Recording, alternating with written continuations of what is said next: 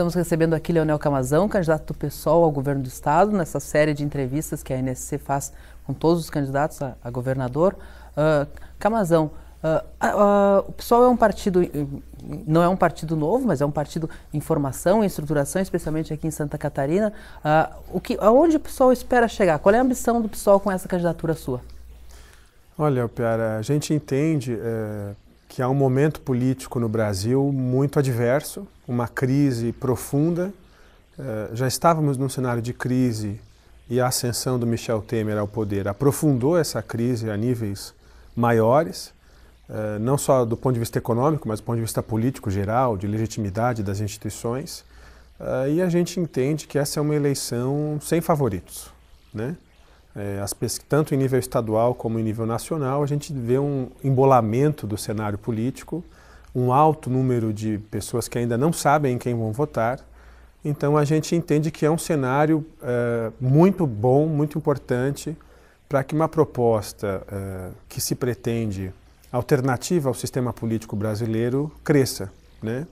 Então o PSOL ele vem se construindo nesses 14 anos, como um partido que fez oposição ao Lula, à Dilma e ao Temer, e que ao mesmo tempo é reconhecido na sociedade pela sua postura ética, combativa, pelo não envolvimento dos seus quadros em casos de corrupção.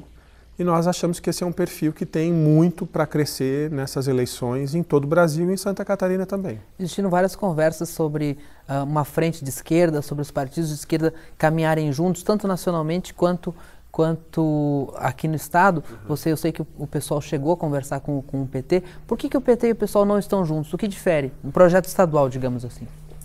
Olha, Piara, tradicionalmente o PSOL ele lança candidaturas próprias em todas as chapas, em todos os níveis. Eu não acho que é surpreendente o PSOL lançar candidato.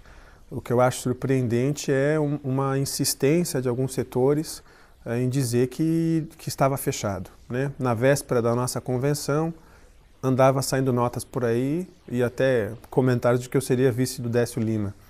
O PT efetivamente nos procurou, isso aconteceu. Foi um gesto de lá para cá e não daqui para lá. Mas a gente entende que nesse momento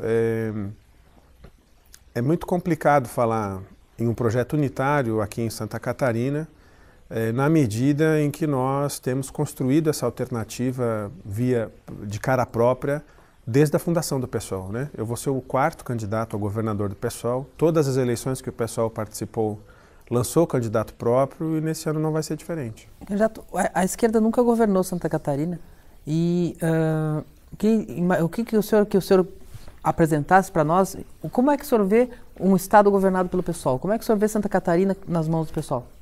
Olha, eu acho que Santa Catarina, num governo do PSOL, vai ser um estado que vai combater os privilégios e combater a corrupção.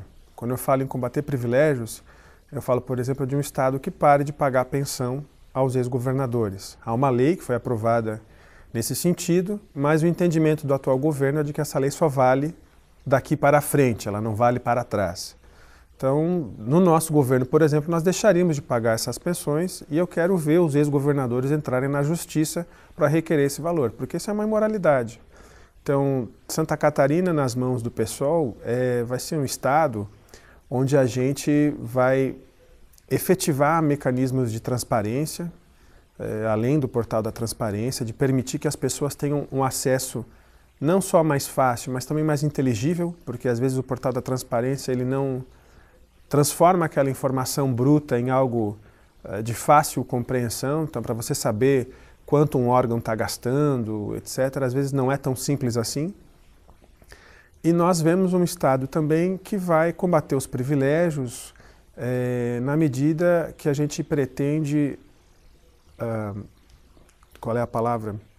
Revisar a questão das isenções fiscais, né? Então, o atual governo Colombo Pinho Moreira está entregando o Estado com uma dívida de aproximadamente 3 bilhões de reais e nós deixamos de arrecadar em impostos quase 6 bilhões de reais, é o dobro. Isenção fiscal para atrair investimentos, para atrair uma indústria para Santa Catarina, não faz parte do modelo PSOL? Eu acredito que o empresariado, o grande empresariado, ele precisa entender que o Brasil não é uma república de banana e de que o empresário grande também tem que pagar impostos nesse país. Porque se você vai abrir uma microempresa, se você vai abrir um empreendedor individual, se você vai ter uma empresa, mesmo que seja no sistema do Simples, você paga impostos e você paga bastante. O trabalhador assalariado paga muito imposto. O imposto no Brasil é sobre renda e sobre consumo. As grandes questões que a sociedade tem colocado nas eleições sucessivamente e que continua sendo, ou seja, os governos não deram conta, é a questão da saúde. O senhor vem de Joinville, que é uma cidade que clama muito por melhoria na saúde, sistematicamente. O que o senhor traz de novidade para a questão da saúde no Estado? Olha, o Sistema Único de Saúde ele vive um problema de subfinanciamento crônico desde a fundação do SUS. Tanto no quesito de que os governos do Estado nem sempre conseguem cumprir aquilo que está na Constituição e na lei em relação aos percentuais de investimento na saúde, como também no fato de que o governo federal não se obriga percentualmente a nada, né? Se o Estado tem que investir 15, os municípios têm que investir 25, o governo federal não tem um patamar mínimo de investimento no SUS. E o SUS é um sistema administrado pelos 3 entes, né? Ele não é só a responsabilidade do Estado, nem só das cidades, nem só do governo federal.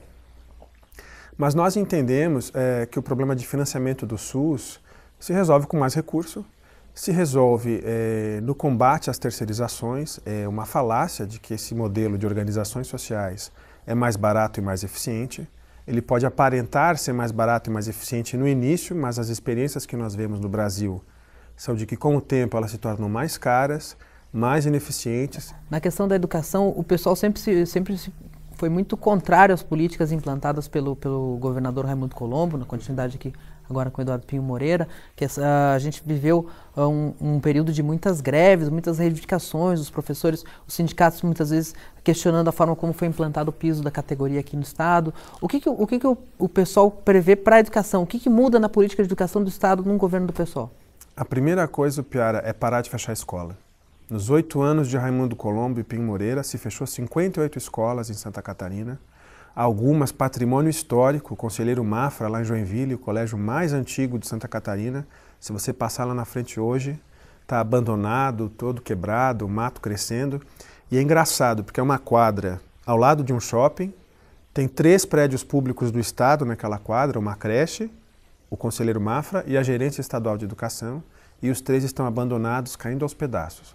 É um descaso absurdo do governo do Estado em relação ao ensino médio e ao ensino fundamental e com a infraestrutura escolar que nós temos. Eu vejo um movimento em todo o Brasil dos governos estaduais meio de querer se livrar do ensino. Não precisa mais ser a minha obrigação. Há um movimento organizado de abandonar as escolas.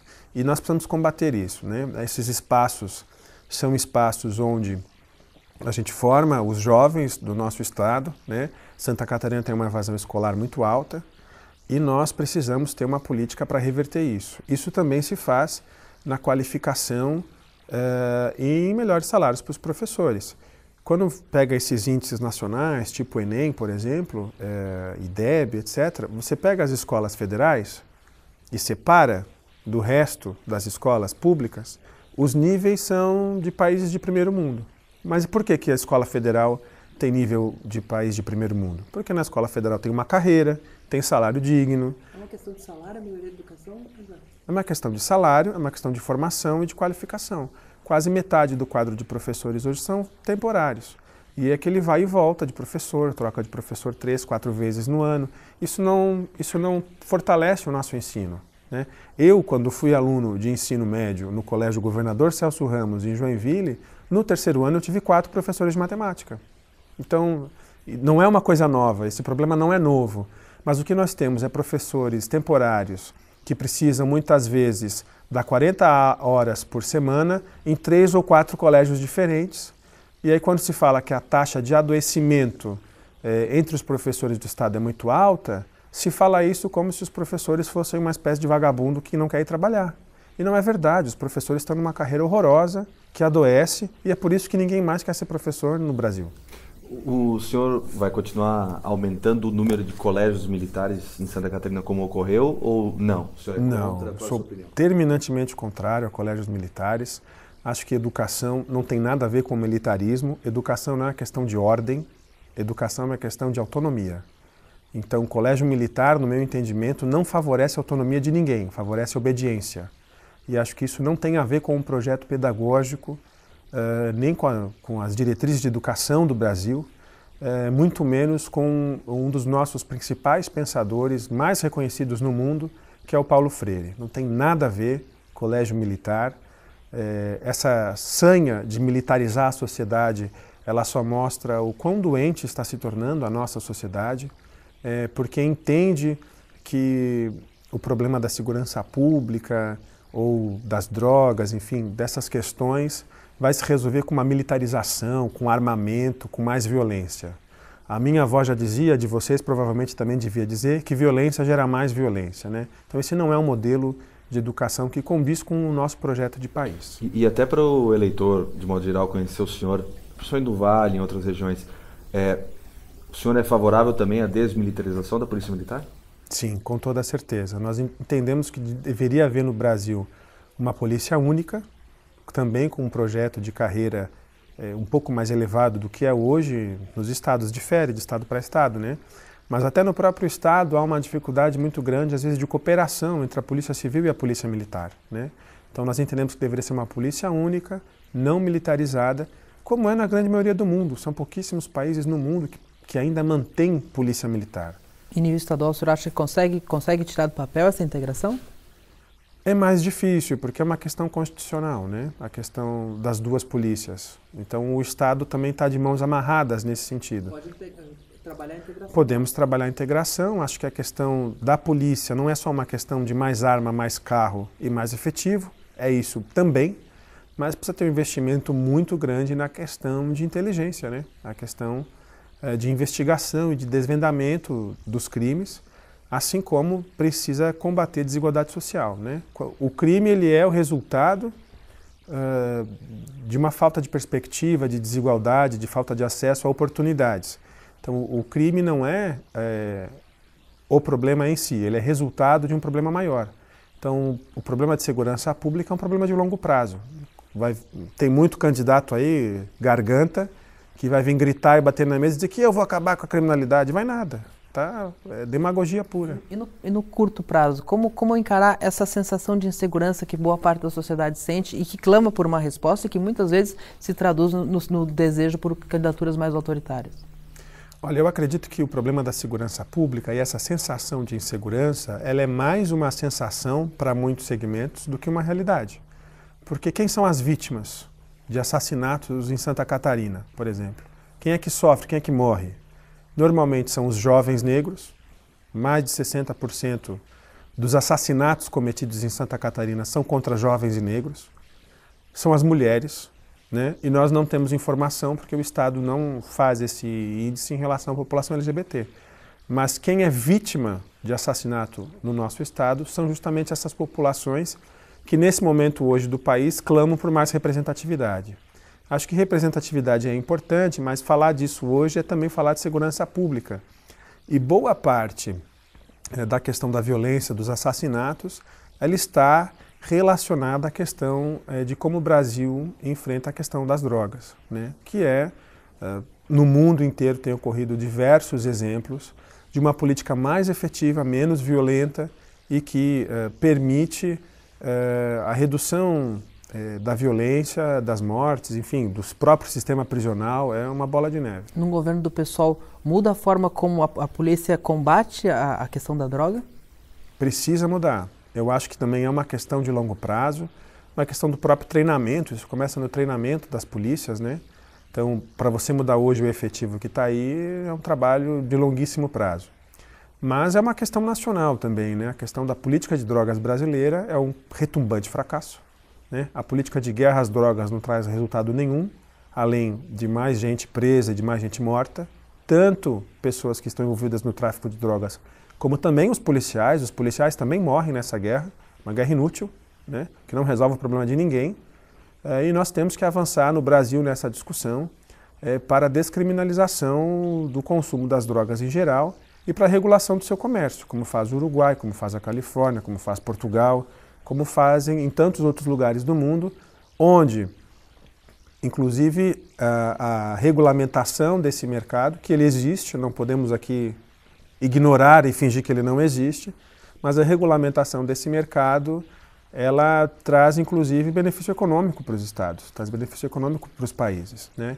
E transforma uma questão que é de tiro, porrada em bomba, numa questão de saúde pública. Candidato, obrigado pela participação aqui nas entrevistas da NSC com os candidatos a governador. Boa sorte na campanha. Muito obrigado, eu que agradeço o espaço. Até mais.